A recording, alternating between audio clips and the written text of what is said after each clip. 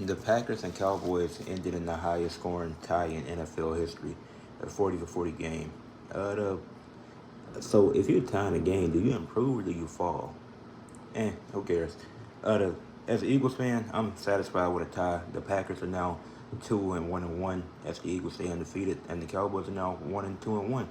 And me personally, I've been waiting on a tie to happen again. The last tie was in 2022, so I'm happy with this result overall. But forget the tie, forget the overtime rules and all that. What I want to talk about is the game that George Pickens had last night.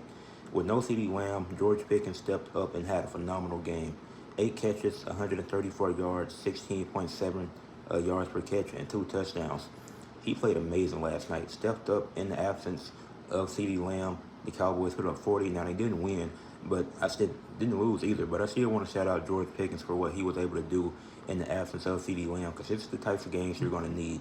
Because just with them getting rid of Michael Parsons, who didn't have much of an impact in this game, they're going to be in a lot of high-scoring games, especially against top offenses, as Josh Jacobs had 22 carries, 86 yards, 3.9 average, 2 touchdowns, and also had 4 catches for 71 yards. So Josh Jacobs had a great game as well, and that's the type of stuff that the defense is going to be giving up consistently without having Michael Parsons. But the fact that Pickens was able to step up and him filling in as that wide receiver one role, even though they didn't get the win, they still put up 40 because of George Pickens and what he was able to do. Dak had a good game as well. Michael Parsons, he got the sack late, but that still tied the game. It still sent it. No, actually, the Cowboys took the lead, and the Packers had to tie the game. So that actually didn't even stop the Cowboys from scoring that sack that he had. But like I said, Michael Parsons, aside from that one sack, which he just held the Cowboys to a field goal, it didn't have much of an impact. It was a super high-scoring game. But this is the type of stuff the Cowboys are going to need from George Pickens on a consistent basis. Even when he's the wide receiver too, when CeeDee Lamb is there, he don't need 34 yards every game, but he can consistently give you 6 to 8 catches, give you about 70 to 80 yards just doing it on a consistent basis. It's going to be hard to stop the offense. As we've seen, the Packers struggle with that.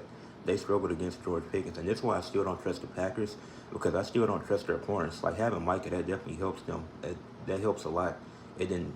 And obviously, this is just one game, but we've seen it through those first 2 weeks how much it helped. But they still have a corner issue because they weren't able to stop George Pickens. Then yeah. And if CeeDee Lamb plays, the Cowboys probably win this game. And that's hypothetical. We don't have to get into that.